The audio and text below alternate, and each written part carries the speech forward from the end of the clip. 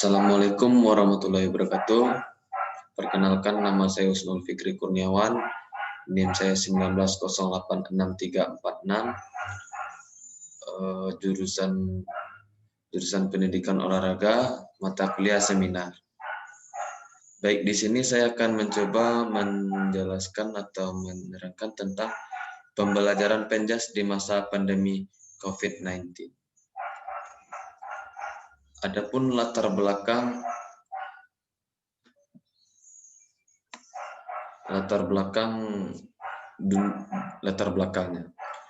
Yang pertama, dunia saat ini dihadapkan dengan satu permasalahan yang sama dan cukup kompleks, yaitu penyebaran virus COVID-19 yang sangat masif. Permasalahan tersebut memberikan dampak tidak hanya pada sektor ekonomi, sosial, dan budaya, akan tetapi pada sektor pendidikan terkena dampak yang sangat serius. Contohnya seperti kita yang mata kuliah yang memiliki praktek atau yang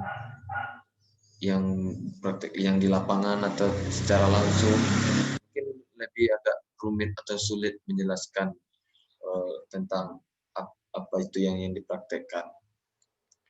Kedua, dalam bidang pendidikan, pemerintah dalam hal ini Kementerian Pendidikan dan Kebudayaan mengambil kebijakan untuk pelaksanaan pembelajaran dilaksanakan dari rumah ataupun secara daring online.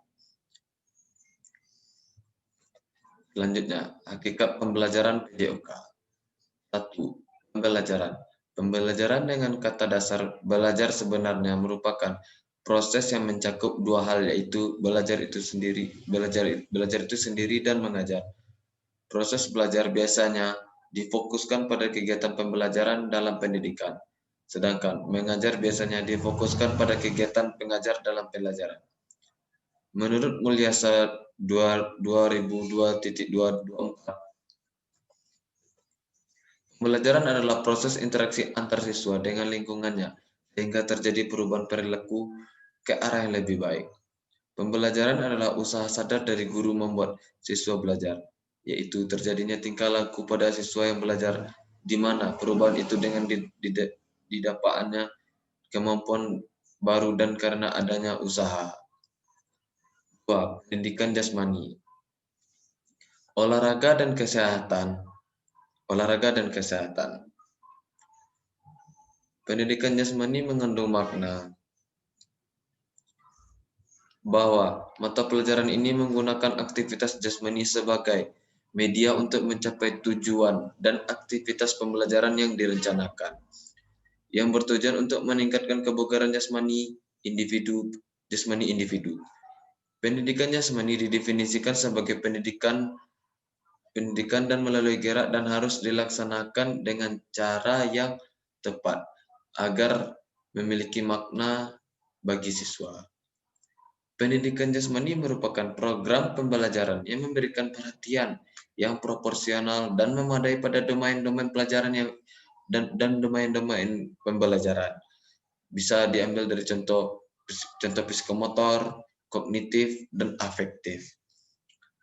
Pendidikan jasmani dan kesehatan merupakan bagian dari sistem pendidikan secara menyeluruh yang memanfaatkan aktivitas jasmani yang bertujuan untuk meningkatkan kemampuan individu mencakup semua aspek organik, motorik, kognitif, maupun afektif. Pembelajaran PJOK pada masa pandemi COVID-19 atau COVID-19. Pembelajaran PJOK merupakan proses interaksi antar siswa dengan lingkungan dengan memanfaatkan aktivitas jasmani yang direncanakan secara sistematik yang bertujuan untuk meningkatkan individu secara organik, neuromuskuler, perseptual, kognitif, dan emosional. Pembelajaran PJOK yang didominasi dengan gerakan fisik dilaksanakan di ruang terbuka atau di lapangan. Namun hal tersebut tidak dapat dilaksanakan karena adanya pandemi COVID-19 yang melanda Indonesia maupun dunia. Pemerintah mengeluarkan proses kebijakan bahwa proses belajar mengajar dilaksanakan di rumah dilalui pembelajaran daring atau jarak jauh untuk memutus mata rantai penyebaran COVID-19. Berbagai keterbatasan pada akses internet dan kemampuan operasional pada fitur-fitur online menyebabkan pembelajaran PJOK selama pandemi COVID-19 menemui berbagai hambatan dan kendala. Di antaranya itu pembelajaran PJOK yang tidak dapat terlaksana sesuai dengan RPP, banyaknya peserta didik atau mahasiswa yang mengeluh karena terlalu banyak tugas, dan juga mungkin internet di Indonesia pun masih belum merata. Karena tidak tercangkupnya jaringan-jaringan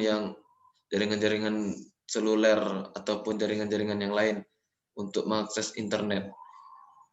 Dan juga orang tua mengalami kesulitan dalam mendampingi kegiatan belajar anak. Pembelajaran pada masa COVID-19. Karakteristik materi pada mata pembelajaran PJOK, khususnya pada materi yang berhubungan dengan gerakan fisik, sepintas tidak relevan jika dibelajarkan dengan model distancing learning. Pembelajaran yang memadukan antara teori dan praktek, sebagaimana pada mata pelajaran PJOK, dapat digunakan model pembelajaran learning dalam kurung Prasetyo 2003. Dalam hal ini, teori dapat diberikan melalui materi online dan prakteknya dapat dilakukan pada saat tatap muka. Di masa pandemi COVID-19, model blended learning tidak bisa dilaksanakan karena model pembelajaran yang digunakan adalah full distance learning. Tidak ada peluang dan kesempatan untuk melakukan tatap muka. Desain pembelajaran PJOK disusun dengan memperhatikan tidak ada peluang tatap muka. Pembelajaran PJOK pada masa pandemi COVID-19. Pada masa pandemi COVID-19, guru PJOK tetap melaksanakan pembelajaran PJOK. Seluruh pembelajaran PJOK dilaksanakan secara daring atau dalam jaringan untuk mematuhi himbauan pemerintah dalam melaksanakan pembelajaran pada masa pandemi COVID-19. Pembelajaran PJOK dilakukan dengan metode pembelajaran daring dan juga memberikan pekerjaan rumah untuk siswa. Dalam melakukan proses pembelajaran menggunakan media elektronik yaitu handphone dan dilakukan melalui aplikasi chat seperti WhatsApp dan aplikasi video conference seperti Zoom, Google Meet, dan masih banyak aplikasi atau platform-platform yang lainnya. Proses pembelajaran juga dilakukan oleh guru dengan membagikan PPT dan video tutorial praktek untuk pembelajaran PJOK sehingga dapat menjadi acuan oleh mahasiswa ataupun siswa. Dalam melakukan evaluasi pembelajaran siswa, guru PJOK memberikan tugas kepada siswa baik berupa teori dan video praktek. Siswa yang dikirimkan melalui perangkat elektronik sehingga guru dapat menilai hasil pembelajaran jarak jauh yang siswa lakukan. Tingkat efektivitas pembelajaran PJOK pada masa COVID-19. Salah satu penelitian mengenai pembelajaran PJOK pada masa pandemi ini menunjukkan hasil bahwa guru mengatakan penilaian peserta didik melalui pembelajaran daring kurang efektif. Pembelajaran lebih banyak bersifat teoritis dan minim praktis karena tidak dimungkinkan adanya interaksi langsung dengan peserta didik. Hal ini menyebabkan guru hanya dapat melakukan penilaian dari rumah, penilaian dari ranah kognitif atau pengetahuan saja. Tidak dapat melakukan penilaian dari ranah afektif atau sikap dan begitu pula psikomotor atau keterampilan. Pembelajaran PJOK yang hakikatnya lebih banyak dilakukan di luar ruangan tentu kurang efektif apabila dilaksanakan dengan pembelajaran jarak jauh dikarenakan siswa dan guru mengalami hambatan dalam proses pembelajaran, di mana siswa tidak mendapatkan contoh langsung dalam kegiatan praktek aktivitas fisik dan guru tidak dapat memberikan contoh langsung kepada siswa serta kesulitan dalam menilai siswa. Kendala pembelajaran PJOK pada masa pandemi COVID-19. Kendala umum yang dihadapi guru pendidikan jasmani dalam melaksanakan pembelajaran jarak jauh di antaranya. Pertama, fasilitas media mengajar elektronika. Contohnya seperti komputer, laptop, HP yang berbaur Android. Karena HP minimalnya HP yang kita menggunakan harus seperti Android. Ini tidak semua guru penjas dan siswa memiliki. 2. Tidak dapat dipungkiri bahwa terdapat juga guru penjas yang tidak mampu memanfaatkan media mengajar elektronik berbentuk hardware dan software dan dengan baik ataupun gaptek.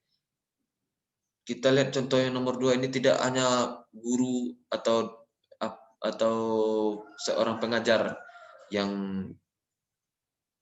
tidak mampu. Contohnya seperti siswa ataupun mahasiswa pun masih banyak juga tidak mampu memanfaatkan media mengajar elektronik yang berbentuk hardware dan software tersebut. 3. Akses internet yang berbatas di tiap-tiap wilayah. Akses internet ini sangat berpengaruh terhadap guru, siswa, dosen, mahasiswa, ataupun yang lainnya. Karena jaringan belum memadai semua wilayah di Indonesia ini. Keempat, sejauh ini, guru penjas juga masih kebingungan dalam memilih dan memanfaatkan platform teknologi atau online learning yang dapat memenuhi pengajaran pendidikan jasmani. Strategi pembelajaran PJOK pada masa pandemi COVID-19. Pada webinar dilakukan Kemendikbud dengan tema yang diambil ialah strategi PJJ daring untuk mapel penjas. Ada empat hal yang perlu diperhatikan dalam menjalankan strategi. Pertama, keterlibatan orang tua ketika dalam proses belajar dari rumah. Orang tua memiliki fungsi yang yakni sebagai pendamping sekaligus contoh. Peran orang tua tentu sangat besar sekali, sebab guru tidak bisa menguasai secara maksimal. 2. Pemanfaatan teknologi. Teknologi sangat dalam melakukan pembelajaran daring, pasti semua orang tidak lepas dari pemanfaatan teknologi dan jaringan internet. 3. Penerapan hidup sehat. 4. Aspek efektif. Namun yang tak kalah penting ialah aspek efektif.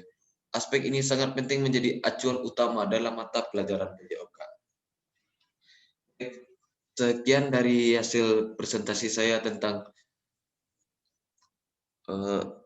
pembelajaran penjas di masa pandemi COVID-19.